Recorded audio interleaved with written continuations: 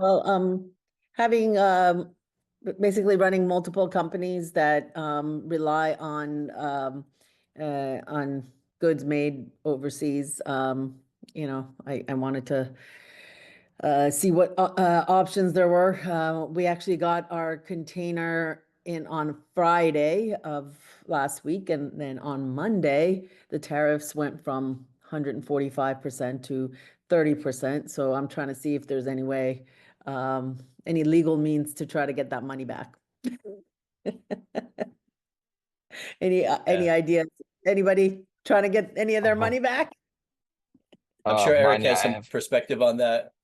So yeah, I have we have actually a few brands that we work with that are in exactly the same position, and it's it's infuriating because you look at,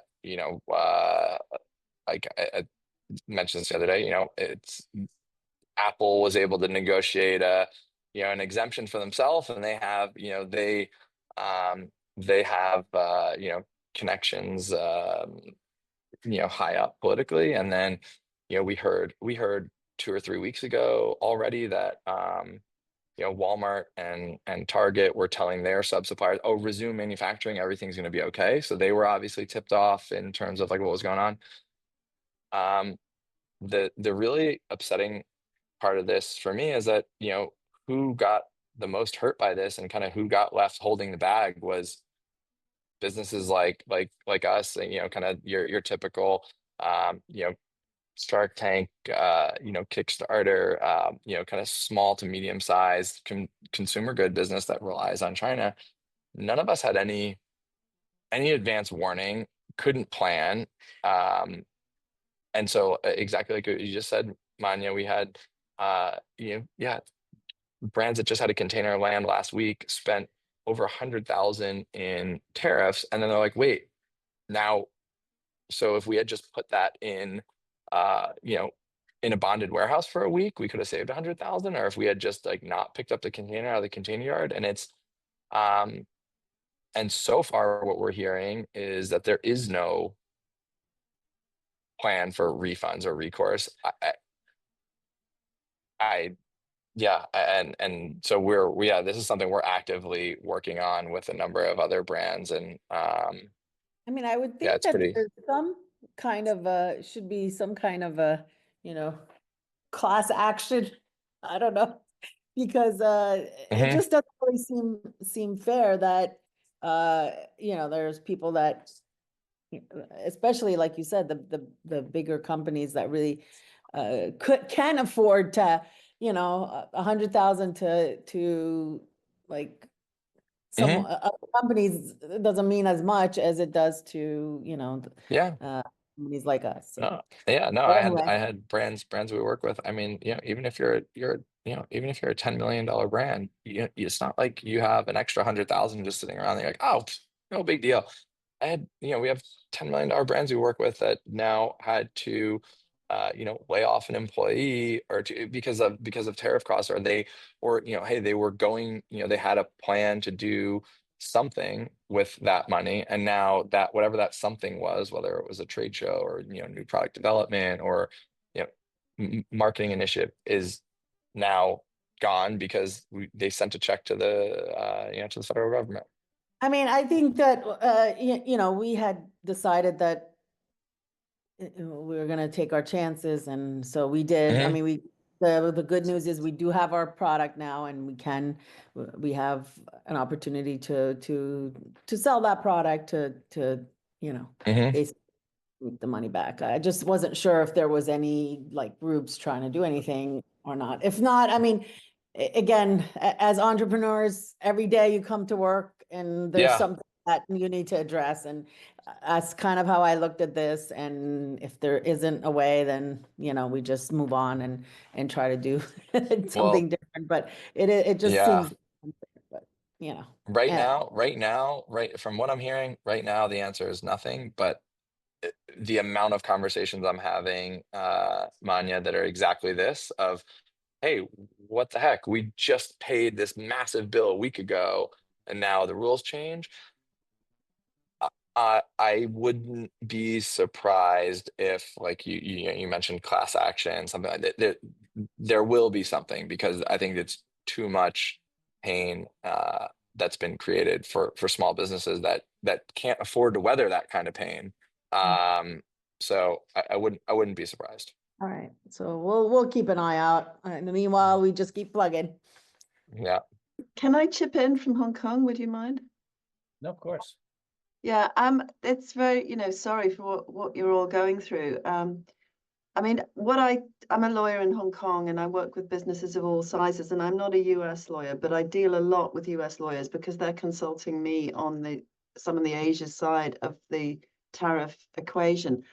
And what I see is larger companies are actually actively using the lobbying departments of the top 100 US law firms to lobby, etc. And obviously, people like Apple have done that highly effectively.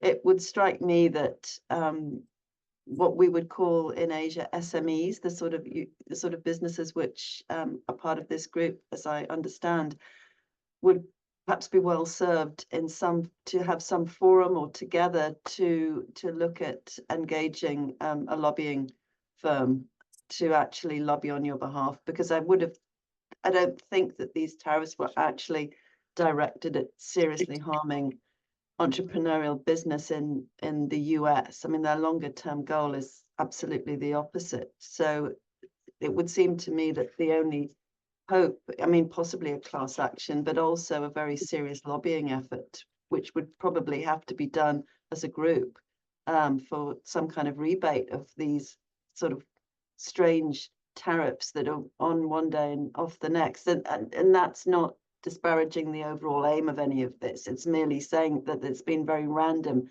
and its unfair effect on businesses.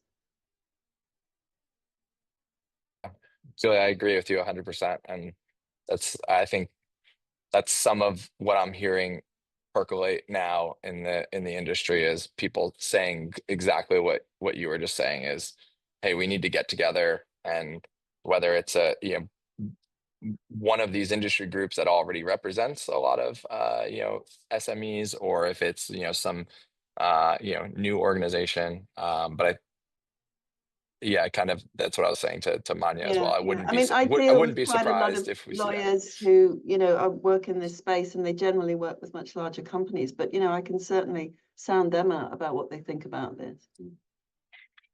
Yeah, I've heard some grumblings from different people of like, okay, can we get sort of an industry group together that whether that ends up being kind of through something like the Chamber of Commerce or something like that, where what kind of association would be able to kind of take this case on or push this through on behalf, because the other reality is like you alluded to, these large companies, they have not only the monetary resources, but they have the human capital, that the people to do this. For a lot of SMEs and other small businesses, it's who has the time to now go chase this down. Most of them are just gonna take it as kind of take it as a hit and then just try to keep moving forward. But my hope is that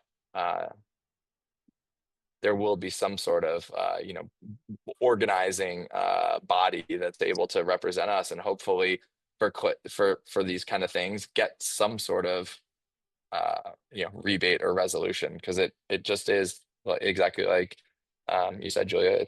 It seems so unfair and random and disorganized, and nobody could plan for it. Yeah, and I don't. Can I ask a question if anybody knows the answer to this? And Yeah. Because I have a container that was sitting in China and had literally just was ready to ship.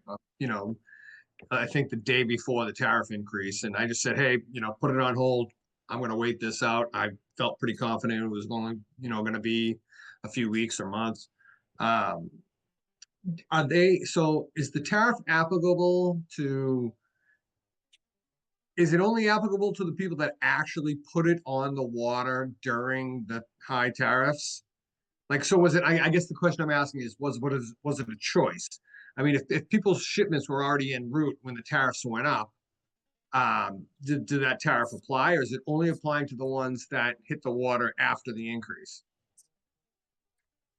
Yeah, that's I a think great. it only applies to the ones shipped after the increase, but I can confirm Yeah. that generally, although there may be specific, you know, specific intricacies of some situations, but I can come back via John on that if that's useful.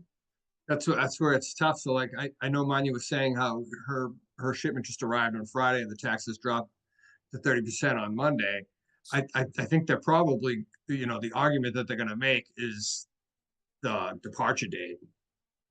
Well, I think it's political, the argument that the lobbyists would need to be making, because I don't think that these tariffs overall were designed to act to the extreme detriment of patriotic American entrepreneurs who got caught up in this. And that is a very political argument. And that's why, you know, a lobbying group which got sufficient traction on that might be the way forward, or a way forward. But that I agree. And I doesn't hope stop your short-term pain in this. I agree, and I hope so. I just think that that's the argument they're going to make, is that like you made a choice type of thing, you know. I mean, as an entrepreneur, you're always making these kind of choices. I mean, if you don't Right, know right. if it's gonna, you know, you were able to wait on your product. You know, we have a seasonal product that if we don't have it before summer, we've lost a whole season. So, you know, you have to make a choice and then live with it. That's why I said, I mean, if there's a way to get it back, I'd love to see what that is and go that way. If there isn't, then, you know, I made that choice based on Yeah. the best information I had at the time. So, Right. Yeah. No, it's tough. I've seen some businesses close. I know, John, you have as well. Yeah. And Eric, I think you're 100% right. That's the, from what I've heard so far, is, you know, they've just been, anybody who's asked has just basically been stonewalled by, you know, CBP, like, oh no, that it is what it is, the rules changed. And yeah, to your point, their argument is, well, you know, you knew the rules on the field when you shipped it, and you decided to, you know, to accept that. You know, the fact that we changed it, you know, 3 weeks later, yeah, you sort of accepted that when you shipped it. Right. It's just tough. You know, from where I sit, it's tough because I look at it like, you know, we've never had this before where you've had such uh, a meaningful change on a part of a business that has a very long lead time, a long time horizon, right? So you have something like manufacturing where, you know, from the time you place a PO in the US to, you know, it gets manufactured and shipped, and, you know, let's say by the time it arrives, you know, to your, you know, kind of when the products arrive, it's, you know, give or take, usually about 90 days, right? And so it's hard from and people are planning, and then you have retailers that are, you know, placing POs and doing planogramming, you know, quarters in advance, and then suddenly to have the rules change, you know, seemingly via tweet or via Twitter, where it's like, okay, hey, the rules are this now, tomorrow, was very jarring for businesses. And then to have it equally sort of swing the other way wildly a few weeks later, sort of instantly, yeah, it's just tough, because I like what I'm seeing now is like, you know, creating a lot of winners and losers just based on luck of timing. So I have like some clients we work with that they're Amazon sellers, they're in competitive categories, and they just happen to, you know, just happen to hit it at the wrong time, where they kind of, to what Manya was just saying, they're seasonal, they had to order inventory, and now they're competing against other sellers that either just got their container, you know, a week before the tariffs went into effect, or they're just getting it this week. And it's like, okay, if you missed that, you know, somehow you were on the other side of that 3-week window. It was this, you know, this kind of crazy situation where we just artificially, you know, created a bunch of winners and losers Right. by, I was the perfect example yeah. of that, because I on both fronts, because, you know, I had a lot of people had their product already manufactured. My product was Mhm. manufactured and I was ready to put it on a boat, and the tariffs went up the next day. And I was Mhm. like, oh, I can't. Like if it had gotten on the boat the day before, or 2 days before, I would have been in the clear. Yay, I wouldn't have to Right. pay anything. But so there are people that have like large containers that had to put it on a boat. They started the manufacturing weeks previously. But I Yeah. was also fortunate enough in that I like overstocked on inventory for my airing on Shark Tank. And Yeah. so we had a ton of inventory. So I was like, all right, I'll wait it out. I'll play a game. So I get it where I missed the boat by a day, but then I also had the luxury, you know. Yeah. But what is going to we have happen? a, Because now oh, it's go a ahead, 90 John. day. We're still back to like it's not permanent. It's not locked in. It's still a 90 day. Right. Right. Yeah. That's the other, again, that's where people are And excited. everything's gonna, all the price of the containers are gonna go up because now everybody's scrounging to get all whatever they have sent over here before something else happens. Maybe it goes up. Right. Yeah. I Right. think I Right. think what he's doing is he's essentially holding people underwater and letting them up just in time to get some air. And what he's saying Yeah. when he's holding them underwater, he's saying, "Listen, bring your manufacturing back, bring it back." Like he's like, and John, you're seeing it. How many people are in the Shark Tank group saying, "Does anybody know a manufacturer in the U.S. who does this? Does anybody know where I can find this? Or can I?" Like people are scrambling. It's it has worked to a degree. I mean, a lot of people are like, if it can be made in the U.S., I know everything can't, but if it can, people are like looking to get Hmm. it done. Yeah. Yeah, I think Yeah. one of the reasons why we came here and we had the meeting yesterday too with Julia is to try to figure out, and I think Eric, this is what you've already been working on, is how to prepare no matter what happens. How do we set up arrangements either with our existing factory or alternative factories. We've got molds to think about. We've got Mhm. relationships that we've built over years. I mean, I've been upfront with what we're trying to look at, and that's how do we sell outside the U.S. And we're actually that's why I met with my team and with Julia to because we have such a it's almost like we're family and we've got a way that we work together. We basically do the production in the United States and we source material that's not completely finished. We do the final steps with our aluminum factory, and now we're thinking, man, maybe there's a way that we can sell into other countries and work with our factory to help have them do those final steps and we focus on what we're really good at, which is storytelling and doing designs and marketing in other markets. I mean, last night we went out. I went out with my daughter and 3 members of our team, including Alex here, and we saw Boat Concept, which has 3 locations, and that's a global retailer of modern furniture. Yeah. So it's just that it can't happen overnight. It took us over 20 years to build our U.S. brand. But is that a strategy that you think that makes sense for even smaller brands like for example Busy Baby, which is she's Mhm. gone on all sorts of media saying, hey, great, they reduced it to 30%. That's still not good enough. It's still a high cost, but maybe we should start selling to Australia and to the UK. Yeah. Yeah. Yeah. No, I mean, we've worked with, so I'd say over the last couple of months, a couple of brands I've worked with have just rerouted. So kind of they were in a similar situation to you, Eric, where they had finished goods, right? And then this tariff came online. They're like, okay, well, what do we do with this stuff? And they ended up just sending it to the EU and just saying, okay, hey, this is more than we possibly need there right now. But okay, this is just going to, for the cost we're going to pay in tariffs for this stuff to hit the US, you know what? Why don't we just take that money and deploy it in Europe? And we were planning on growing the European market anyway. I mean, if you're going to pay 50, 60, 70, 100 something, tariff bill, you can go, you're like, okay, why don't I just send this to Europe? And now I just hire someone there. And if you're not big there yet, or like to your point, John, Australia or somewhere else. Yeah, I've had a lot of clients that have just redirected inventory and just said, okay, we're just, obviously it depends if you're in a situation where you have enough inventory in the US to keep going. But yeah, definitely, I think it's definitely forcing brands to be a little bit more global. But on the on the moving the manufacturing side of things, and to kind of circle back on what you had mentioned, Eric, about in these Shark Tank groups, people scrambling to find US manufacturers, like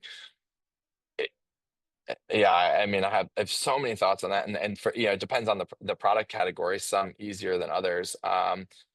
But it's yeah, it's hard, it's a tough situation, and then you once you visit in China, you realize like, okay, it's not just cheap labor, and it's not just moving some machines back, it's the whole network of the sub suppliers, and the every single little component, and the speed at which they do these things, and they've now been the know-how and to run these machines and all that kind of stuff. It's tough to replicate. And even I look at the difficulty of even moving this stuff to Vietnam or to Cambodia, is challenging enough. And then you talk about shipping it anywhere else. That's look at how much the Chinese factories in Mexico have struggled to get up and running with certain things. But it's also different. And then last point on that is the reality for SMEs and your typical Shark Tank company is a very different reality than for an Apple or or an auto company. Whereas like people are like, oh, they'll look at like the back of your AirPods Pro says made in Vietnam, and so you'd think like, oh yeah, well if these are made in Vietnam, you can make, I mean, that's high tech, you can make just about anything there. Well, yeah, that if you're Apple and you have all this money to invest in setting up your own facility, or you have a contract manufacturer that's willing to build out a facility just for you because they want to win this business. But as your typical small medium-sized business, even if you come knocking with a few $1 million in POs, that's not enough to convince anybody to go set up a factory for you. And so that's where it's really, really tough outside of China. China has this really great ecosystem of contract manufacturers that are just kind of they're a factory that can make a bunch of stuff for a bunch of different companies. Right. Outside of China, hard to find that. Yeah, And I say it all. I and say not it all the huge time because volumes. And not, they don't require you to buy huge volumes of anything. You Yeah. can buy smaller amounts, and that's that's what we've done. But if you go somewhere else, the minimums are so much more. So right. It's we people always, because we have hundreds of Chinese knockoffs, and Yeah. people are like, oh, they're horrible. Because I've been at trade shows where people are actually trying to sell my product to me. And I'm like, are you kidding me? I'm like, that's my product. Oh no, we make it very good. We make it great. Like we'll sell it to you. And I'm like, no, that's mine. Like, Yeah. and people get so frustrated, especially like employees and whatever. And I'm like, they're just a different society. They don't get it. They're a manufacturing society. In America, we're a consumer society, and we revere the innovators and this and that. Over there, it's the guy who can make it cheapest, fastest, quickest. Like they're the guys. Like hmm that's the person who's revered over there, and that's just it. That's just the way it is. Like hmm But before I Yeah. forget, one of the things I wanted to kind of put out there for anyone that is thinking about moving their manufacturing over, we do liquid injection. That's our products are all liquid injection. So I know if we had electronics or something, we might not have been able to come over. But for anyone that is thinking about coming over, our molds, because we have new molds being made right now as we speak, just to kind of cut your tariffs in half. Like if it's a $50,000 mold, our mold maker will charge us $25,000 for development and design and all this and that, and then $25,000 for the actual mold. So instead of hitting us with $50,000, tariff, they're collecting half of the income in hmm design, development, engineering, all that stuff. Just Yeah. if And you're now thinking, is that, Eric, was that you had your molds made in China and then shipped over, and now you're producing in the US? right, Okay. right, and even more so now. So we're developing new products, and I'm having the molds made over there, shipped Mhm. over. It's cheaper to have them made there, shipped and tariff than it is to have a mold made here in the US. Oh yeah. Yep. So, Eric, what kind of agreement did you have with your factory? That they're releasing like the molds that you've done. Did you have IP agreements and so forth? I mean, are you talking about me? Are you talking to me, John? Eric with the K Yeah, or C? yeah, Eric with a K. Yeah. I mean, I had bought my molds, and when I was moving my manufacturing to the liquid injection manufacturer here in the US, they know they have a mold maker over in China, and I just pretty much, I don't want to say threatened my Chinese manufacturer, but I just wrote him a letter saying that those molds are my property. I have a person in China. I had an address in China. So they were like, oh, all right, all right, all right. So we just had them shipped to my new mold maker in China, and they retrofitted them for our US machines. But I know other people have horror stories of them not wanting to release the molds. I have a lot of those Yeah, that's stories. I have a lot of those stories for you. Right. I mean, if you have someone on the ground over there, they're much quicker to be like, all right, all right, you know. so this is a topic that came up with our factory too, is and maybe we can touch on this, is if your current factory in China says, oh, hey, don't take your molds, we're gonna open up in Indonesia. Okay, so we'll be ready to make and ship, let's say in 3 months. So after 90 days, we'll be able to take care of you. Don't make any changes. Is that would that be smart or wise, or should we think that that's kind of far-fetched? Why would all of a sudden these Chinese factories begin opening up in another country or in Vietnam, Eric? So I mean, uh, I guess a couple of points on that, but at a high level, as much as we are all scrambling to find alternative options as small, medium-sized businesses in the US that's sourcing outside of China, you got to remember, like, the Chinese factories they're the mirror image of us, right? They as, if they are as much scrambling to try to find ways to keep us as clients, and they realize,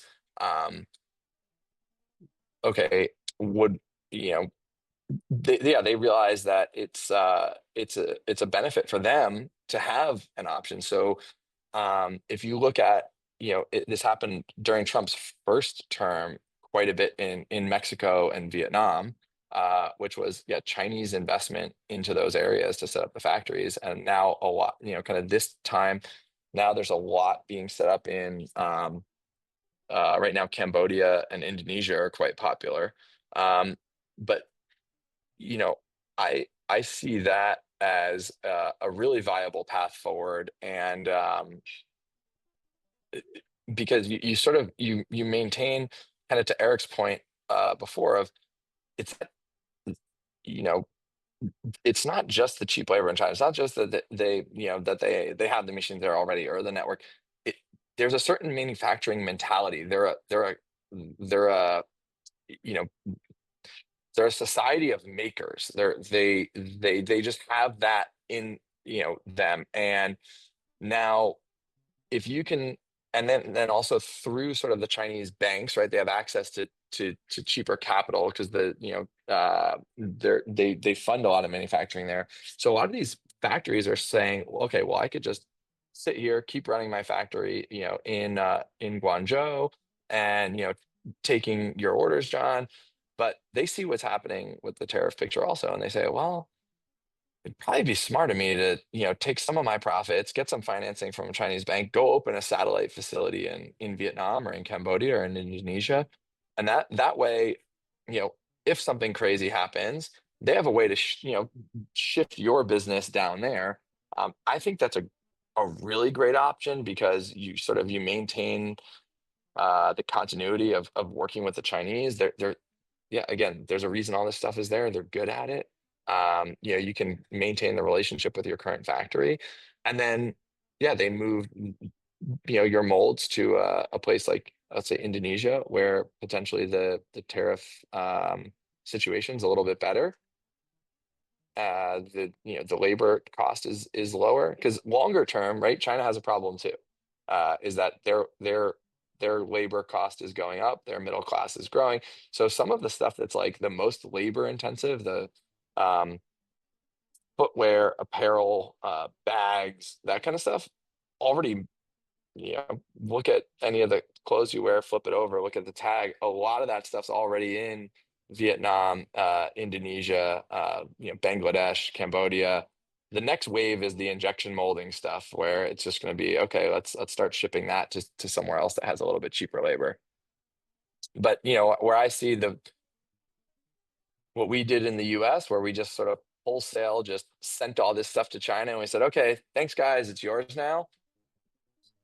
I think that's what's going to happen with China over the next 25 years. But I think the difference is the Chinese are going to maintain ownership, right? So instead of like, we just shipped all our factories to China and said, okay, bye guys, we're going to all become consultants now. Or we're all going to, be designers or whatever. The Chinese are going to say, okay, our middle class is growing here. Now there's people in China that want to be consultants and designers and influencers.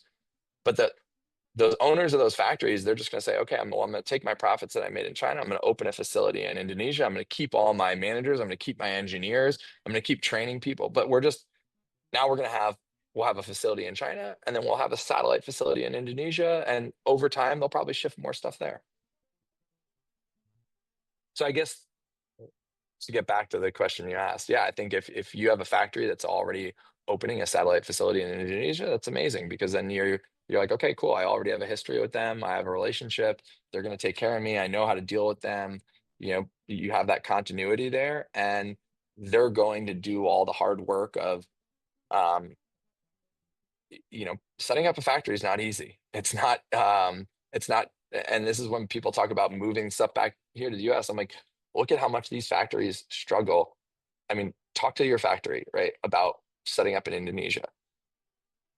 Some of these factories, and this is all they do every day. They're experts at running a factory. They know how to do it. It takes them, a year to get these things up and running. It's not just like, oh, an empty building, throw some machines in, put some people, great. Like it's a carefully choreographed dance with, their sub-suppliers running the machines at the right times, the right capacities, running the production lines, doing assembly. And even for these guys in China that have run factories for decades and are the best at it in the world, for them to move, a couple 100 miles south into Vietnam and set up a factory takes a year. And yeah. I wanted to say, I mean, like right now we have that option of that versus even another option of maybe going to the Philippines with a existing factory that might want to add some more, our product to what they currently make.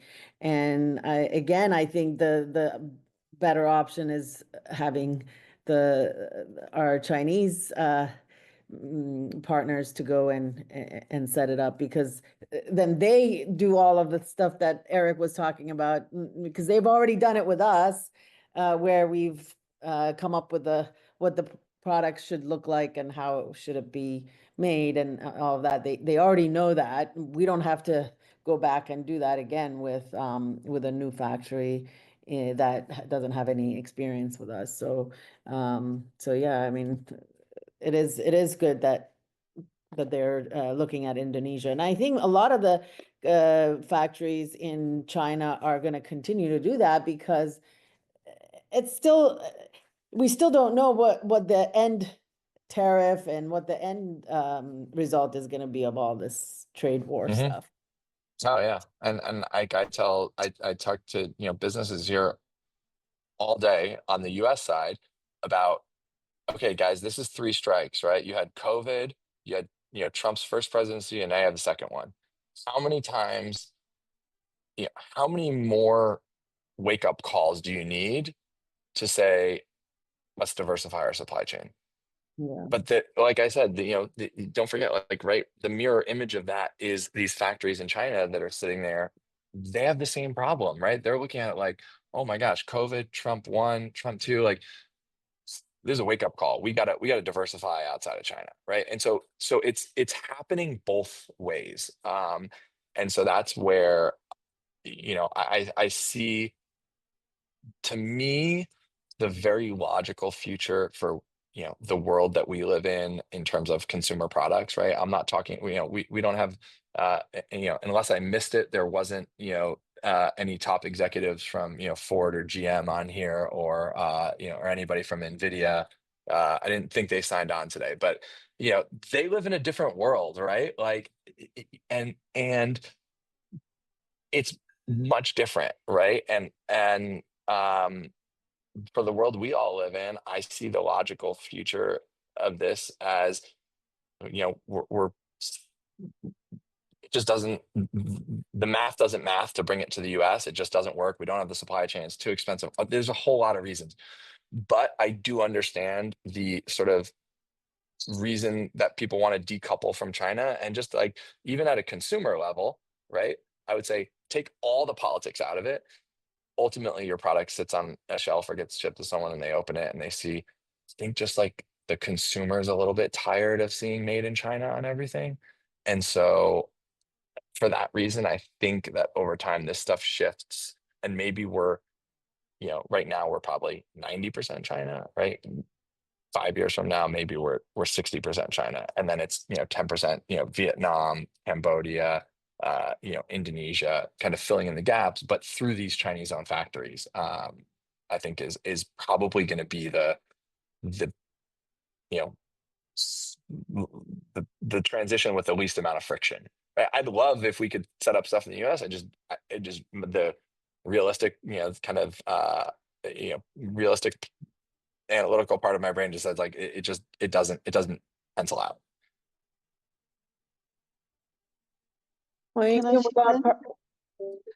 I was gonna say, even with our product, we do a lot of the assembly, or we do a lot of it here. We just get some of it from China, and we can get it here, but it actually, I mean, with the cost, it makes it prohibitive, and I have to say the quality also. It's not really just the cost. It's what you get quality wise from China that we can't Oh afford yeah. not to have. Well, So, and that's where, Manya, I think that's, you bring up a good point, and that's where it's something I think that, we've, I say we collectively, but like, the people that don't do business in China aren't running consumer product business, right? Like the general perception to the average American is that, there's China is just a bunch of cheap labor sweatshops, and they're doing it for pennies on the dollar. But then I mean, I always tell those people, and then I'll pull out my phone and I'm like, here, look, I've been, to China dozens of times. Here's videos on my phone of, here, look at this facility. yeah. I've been to some of the most state-of-the-art, high-tech manufacturing facilities in China. To Eric's point before, it's a culture of makers, and it's not just cheap labor, it's technical capabilities, and like you said, Manya, it's quality, right? Like, can India do this stuff?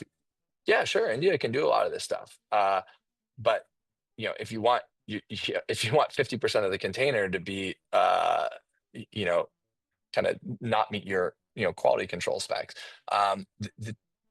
there's a reason all this stuff is in China. It's not an accident. They're better, cheaper, faster than anyone else in the world. And they didn't steal our business, they earned it. Oh, Could I just mention that I think everybody needs to be really careful about the likelihood that the US administration will potentially look at the ownership of factories, Chinese ownership of factories, and that will remain a source of origin issue, even when they move to Indonesia or whatever. That's not off the table at all, because if that becomes a massive workaround, and I think I'm already hearing from the US legal community in this area that is likely to be a big issue. That simply, going with a Chinese-owned factory in Indonesia may not be the solution. I mean, it might be in the short term, but it may not be in the longer term. Yeah. Yeah, no, I've heard, so it brings up a great point. I've heard that as well. You know, I don't know. I think it would be really, I see it. I just think it would be really tough, right? If you're like, okay, you have a factory in Indonesia, the molds are there, you're making everything there, everything about, sort of the existing laws in terms of country of origin would say, as long as you're not making parts in China and shipping them in Indonesia and then, kind of doing some transshipment. But if they're really being made there, and then we say, oh no, it's Chinese because Chinese own the facility. I think, then it's like, yeah, that would be a really tricky situation. To navigate. Yeah, well, that's what I'm hearing. Yeah. Anyway, I mean, I don't think that's in force at the moment, but I do think it's on the cards. So, I do think everyone needs to bear in mind that simply moving to another, in particular, Southeast Asian jurisdiction with Chinese ownership may not be the answer. I mean, to go back to your other point about manufacturing in the US, I mean, this is a much more macro point, but having worked in China, throughout its whole growth, since the late Mhm. 80s, how they did it in part was massive, as you probably know very well, and all of you know, that massive tax incentives, all of these industrial zones, special economic zones, Mhm. no tax, low cost, subsidy effectively for setting up factories. I mean, if the US seriously wants to recreate itself as an industrial nation, and the same would go for the UK, the UK had this strategy, they failed to implement it. You also need to do the same in the US. You need special economic zones with a lot of Mhm. support for your manufacturing, tax holidays of 5 years, banks that are told to lend to manufacturing industries and so on. I wonder if, American states should be looking at doing that. Now, obviously, that doesn't happen overnight, but that was the first 15 to 20 years of this industrialization of China was driven like that. Yeah. Well, I think that's the incredible thing where I say like the Chinese didn't steal it, they earned it. And that's where I think that, you know, at a very, high kind of macro and geopolitical level, it's really difficult for us in the US or the UK to compete because China thinks on a not a they think on a 100-year time horizon in increments of 10 years, and they pick a point 10 years into the future and they say, okay, how do we transform ourselves and get there? And then at least in the US, right, we drive with two hands on the steering wheel, and every 2 to 4 years we jerk left or jerk right, and all the policies change. And where Julia brings up the very good point, which is 100% true, is that China did this at a high level. They said, okay, we're going to transform ourselves into the workshop of the world, and how do we do that? And they did it through smart policy, and like you said, they created these economic zones. They told these banks to give very favorable financing terms to these factories. They've of course they've done state-sponsored capitalism of like subsidizing certain sectors and being able to build things. And I just think it's really easy for a politician to say, "Oh, I'm going to bring back manufacturing to the US," but to actually implement that kind of top-down, very thoughtful you know uh, policy that that's a 10-year time horizon to make that happen. I just don't think we have the organization and wherewithal in the US to make that happen. And plus I think all not to even mention, I think it's such an easy thing for people to say, but then you visit China, and like I'm sure Julia you've seen, right, you like drive and you see these factories everywhere, and the road, there's trucks everywhere and all this stuff, like yeah, I just don't see the US actually wanting to transition to that. I think it's this like kind of this nostalgic bygone thing of like, oh yeah, we're great manufacturing, but take a survey of, okay, who's going to work in these factories? Okay, it's Gen Z. 80% of Gen Z wants to be influencers. They don't want to work on a production line. So I'm just like, where are we going to get these people? I think AI will transform a lot of that personally, and actually I don't think it's undoable at all. And I think a lot of it was state driven, but you know, the US state could also simply, you know, and maybe it is now, but that would be another lobbying point to actually have special economic zones which actually support manufacturing, because that's a Yeah. very obvious way to do it as a platform, really. And I I think don't forget that, I mean, a lot of this, it does come from Western innovation. You know, I mean, oh, for sure. you know, I mean, the nuts and bolts and the expertise is there because that's just been relinquished by the West. But it's not that hard. And, you know, the US economy can move very fast. Now, I appreciate this doesn't help any of you facing tariffs today. No. But, you know, I wouldn't be, you know, I do think all of this is quite possible, actually.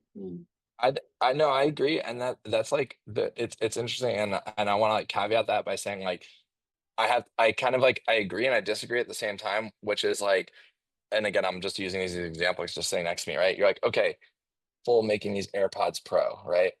How many millions, tens of millions of units are they making of these a year? Could you set up a factory in the US using automation, AI, cameras, everything to make these at a competitive price? I actually think you could, right? And I think that policy we should drive for, yeah, stuff like this, like let's make this here. Uh, why not? And I think you could do it. But then when I get to the other end of the spectrum and we're talking about, kind of small, medium-sized businesses that are using these contract manufacturers in China, where there's a factory that's making, in a given week, they're making maybe 100 different products for all these different companies. That's where like there's no amount of kind of AI and automation when you're switching the production lines, right? If you're making just millions of these, just like what Tesla did with the Gigafactory, is like that's why they were able to automate so much. Like, yeah, you're just making the same thing all day, just keep going. That great, bring that back. I love to see it. Get AI and automation here. Have a factory pumping out tens of millions of these things. You can have, and there's enough money and enough margin to be able to pay decent wages to someone in the US to be able to work. Like that much I see. But for like, making a lot of the products that we all kind of are involved in day to day, that stuff that's where I see it's like, okay, that to me that is a bridge too far. And so that's where the hard thing is, like from a policy level. It's like, how do you encourage moving kind of this stuff that I think makes sense without totally damaging all the small and medium-sized businesses. And that's where like now I see like this like blanket policy that kind of like, I get what they're trying to do and I agree with it, but also I see the day-to-day pain of what it does to small business. Yeah, totally. I mean, the other things I'm saying is it really depends on what you're manufacturing, but in some areas, places like Poland and Turkey are options that people are looking at and are actually choosing.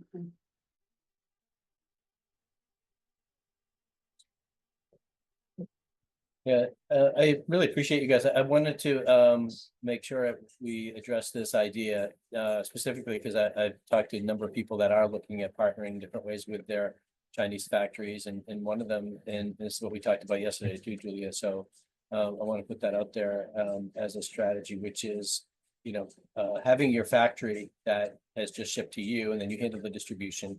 And what do we what does that look like, those conversations, and how do you execute on that? Because like you said, Eric, they're trying to figure it out. They're like us. They've had business with us for years and they want to keep that relationship. And they're willing to try different things that we come up with. And in the same respect, if once you introduce your product, let's say to Indonesia through a trade show, you're now counting on your factory protecting your IP or your collective IP if you do a joint venture. Yep. Is that realistic, and how do we legally set that up and manage it all? Is it in this day and age, is that possible? I mean, Manya and I have thought globally. We're a global couple from she was born in another country. We met on the beach. We've taken this romantic beginnings to the world. Maybe we'll do something back in Iran, who knows? But basically, we're trying to be positive with all this and support other people to think that way too. Is it something that can really be pulled off by a bootstrapped Shark Tank company? I would say yes. I'm gonna of course defer any of the legal side to Julia and on that, but on the side of, how do you actually execute that on the ground? I think there are two parts of that that are important. I'd say one is having, and it's not the factory, having an outside, third party person that works for you, that's looking out for your best interest on the ground there. And every factory will tell you, oh, we have this quality control process, oh yeah, everything's good. If you or someone that's on your payroll or works for you hasn't put eyes on the product before it goes into the container, you're always running a risk. And what I always tell people is, if a lot of people have to come to me and say, oh well, we hired this guy on Upwork, it's, oh yeah, we're paying him $20 an hour and he's going to go do that. If they're cheap, then they're also that just makes it easy for that just makes it cheap for the factory to persuade them to look the other way on some stuff. So I'm a big proponent of, you have to have your own local representation that is on your team. And then the other is going into all these going into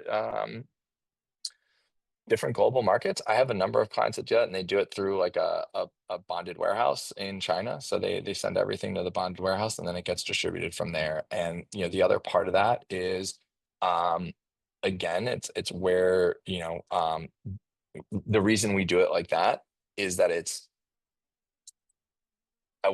we wanted to sort of air gap the end client from the factory, right? So if you're like, oh yeah, just telling the factory, oh, send this order there, send this order there, send this order there, they're making the stuff. Now you gave them all the end contacts of your client. I'm not, I don't want to give anyone paranoia, but at the same time, you're like, okay, you're just giving someone all the ingredients they need to just take over your business, right? And so that's where what we've done is kind of okay, on the quality control side, somebody there that you trust, that's either on your payroll or not just some hourly kind of freelancer you found, and not the factory's quality. That's the way, because if it's not hitting your US warehouse, you're not getting that eyes on it. So do it there, and then going through a bonded warehouse on the China side, and that kind of air gaps and then from there you can send.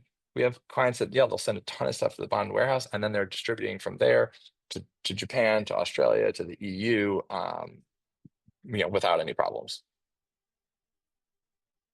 Now, on the legal side, there's probably some other legal protections to think about there, but not my area of expertise. Yeah, I mean, for larger businesses, obviously, I've done this, for a lot of my career. There's the suites of agreements that we would normally have. There's the normal joint venture agreement, there's intellectual property agreements, there's, all sorts of agreements like that. But, as I was discussing quite a lot yesterday with John, actually enforcing those agreements is another issue. So of course we could put in place a very good suite of documents which are theoretically enforceable, and most smaller companies haven't gone to the expense of doing that, because a lot of them, their businesses have grown on a kind of entrepreneurial ad hoc way, so they haven't started with those structures. But even with them, they can be very difficult to enforce if someone in China really decides that they want to do something differently. Yeah.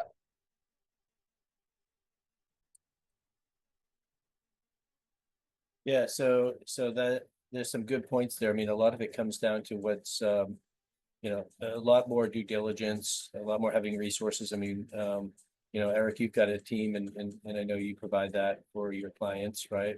I mean, is that something that some of these brands are looking to do now? Like, let's say, going to Australia and figure that out without product coming to the States?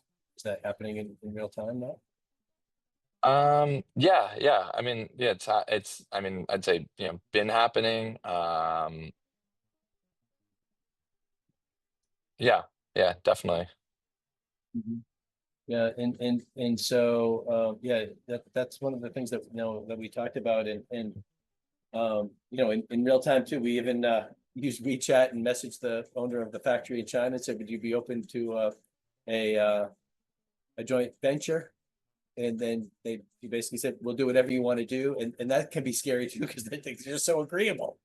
Yeah. Yeah. So, but what's going to happen 5 years down the line after you've invested all this, time and energy and resources, and you've tried to figure out different markets, and then if things, change, and I don't know, I just think it's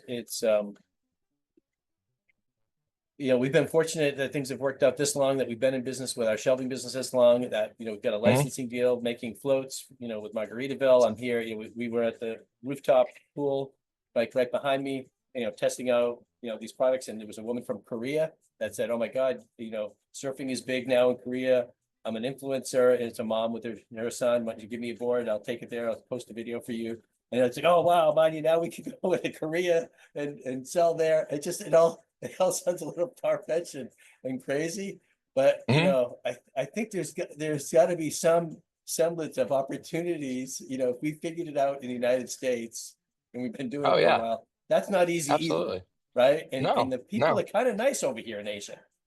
Well, and once you have, I mean, you have it figured out in the US, you have a track record. It's a lot easier to go into a Korea, a Japan, an Australia. You find the right distributor to partner with, and you're like, hey, look, here I have, you're not a nobody. You're like, hey, I have this track record of success. We're doing this. Hey, can I set something up with you? And we've worked with a lot of brands that have been very, very successful. Kind of as I'd say as phase, whatever it is, 2, 3, 4 of their growth strategy. Like, oh, okay, cool, we got the US figured out. Okay, let's figure out how do we sell this in Europe. And then doing that, doing that directly out of China. So it's like, okay, yeah, you're not routing through the US and then sending it to Europe. Obviously, it's way more efficient. Just do that straight from the factory. And so yeah, no, it's all very doable, and I think all standard part of a growing brand strategy is, okay, how do we open up these other geographies and do it in a smart way. Yeah. So I think having resources like you guys, from a legal standpoint, from being already having boots on the ground, I think is part of it. That's why we, I don't really know of anyone else that's got a supportive wife like I do that sends me on a journey to Asia. But we did this together last year, and it's been really helpful for us. Even just having to navigate all the changes that happen with the way you market your products is a whole effort in learning, how to do that, and how to retarget and develop an email marketing list, and how to leverage PR. So to have tariffs and to look at that as an opportunity, I think is really a way to look at it. And we've seen a lot of people go onto social media that are really good with TikToks explaining how tariffs work. So now we've an educated consumer that realizes that tariffs are really paid by the consumer. Okay. And that brands that are manufacturing in China are going to be different from brands that originate as a dupe, of a US brand. Right. So yeah, I think I'm pretty inspired. I really appreciate you guys coming on and sharing this, and for the people that can join us live, that's great. We also do record this, so if so you guys, you may know this already, but we want this to be like a resource of knowledge and timely for today's current events, and hopefully people will reach out to you directly as well, or through this community that we're building. There's another question that just came up on here too, that I don't know if wants to be shared. I can read it off here. There are lots of people that are making trips to these facilities in person. Is there a way to get your travel covered by incentives in their country to do business with the USA during this current climate? Like, let's say you were to visit a factory in another country besides China. Do you guys know of anything like that? Ooh, I don't know of anything, but if there is, please let me know. I spent a ton of money going visiting factories in Vietnam and Cambodia and Indonesia. So if somebody can get us a rebate on all that money we've spent, let me know. Yeah, I went to the Big Furniture show in North Carolina, and that's where I met a group of people from the Philippines. And that actually it was at a keynote talk by Damon John. Mhm. And I think that they did announce that they were there, so I think there was some kind of government maybe sponsored by the Philippines, and that's one of the. I'm not sure if you're spending time there as well, Eric, and if that's also a country that looks has a favorable relationship with the U.S. in terms of trade. Oh yeah. Oh yeah, definitely. Yep. And it's also also a great place to visit, a little nicer, that if you can go there, do some business, but then if you have an extra few days to have some it sounds like you and Manya met on a beach, maybe you can reconnect on a beach in the Philippines. Like it sounds like that I mean, if Yeah. I were you, I'd be This looking time I for. sent my mini-me, my daughter with him, so. Well, you guys are incredible. Just having crossed paths with your family at a few of the Shark Tank events and a few of these other founder events. I just have to say, as a bystander looking in from the outside, I love the family business you guys have built, both with tandem surf and modern shelving, and not only is it impressive what you're building, well, have built already and continue to build, but just the fact that John, you have more energy than anybody I've ever met. It's incredible. It's infectious. But the fact that you and your family are always having a good time, laughing, and the fact that you're able to combine business with family and have a good time doing it and smile. I mean, Thank you, bravo. thank you, Eric. You guys are you guys Thank are you, you guys are Eric. crushing it. Thank Thank you. you. It is really fortunate, and that's why we do want to give back. We haven't exited anything that we've started. We're still grinding, and our kids are still grinding too. And we appreciate that acknowledgement, and it's the energy that we get from other people. I do my best. That's why I'm up here on the top floor in the wellness lounge. Even if I'm not exercising right now, I see other people that are looking to go swim, and and we're hoping to give back. That's why we started Tandem, and I think our story is not that unique. It's just that, like, even the folks that are on here, Alex is on here. We just met like a few weeks ago, and he's been a great resource for me to scale a lot of my energy, and hopefully I'm making a difference in the lives of the people that are looking to do good by us. And that's allowed us, even Julia was saying yesterday, she checked us out on our website before our meeting, because I was blown away. Like, here we go, walking in fresh from, a Hong Kong bakery, loaded up with carbs and coffee. And we had the most incredible meeting, with Julia, who is not just, anybody. She is like a really legit resource for brands like us to spend the time that she did with us. And it really means a lot too. So I think, I appreciate you getting on here, Eric, and had a little more advance notice. And then Julia for meeting with us, last minute, really treating us like customers and like partners in this journey. And I hopefully, this connection can be shared with other people. Even like the factory in the Philippines said, because we set up a Zoom meeting, we met with them last week, we put a whole slide deck together and told them our story. And they felt like it, when we meet with them next week in the Philippines, this basically they make outdoor furniture out of aluminum, and they're trying to get into the US market. And her uncle runs the business. They bring it over by container, and he also works for the airline in the baggage area. Okay, so they're trying to, make a better life by making products in the Philippines that are really unique and, handmade, and then ship them to the US. And we're going to see if we can, help them with their business, and they can help us. Like, it's about unity and being and working together, despite the most incredible, thoughtless acts of Tariff. I'll say, Yeah. to be nice, that are being thrust upon us. So Yeah. well, thank you guys for coming on. I mean, I know I don't want to take too much more time. If there's anything else anybody wants to add, Eric is on here from Massachusetts. Anyone else that wants to share their thoughts, please do that. Cool. I'm waiting for Well, the next, John, I'm waiting for the the meeting that talks about just bringing products overseas. Man, Europe, I don't even know where to begin. Yeah, how to sell into Europe. Yeah, that's so. We- You know, We did have someone that talked about that the last time. I think. yeah. So Jeffrey Stratton, he's offered to be a resource. He just has a sick kid today. Right. Yeah. Yeah. So we'll do our best. If you guys are interested in continuing to be part of this, we'd love to continue to do this. If there are subjects, if there are people, Eric, you've got, a great network. Yeah. To Julia, we are looking at maybe having, we're going to try and figure out on this trip what the next steps are. I'm meeting with our factory next week, to see what type of, and actually they want to do a trade show in Indonesia with our shelves and talk about our shelves in Indonesia. So, Wow. and then Dubai after that in June.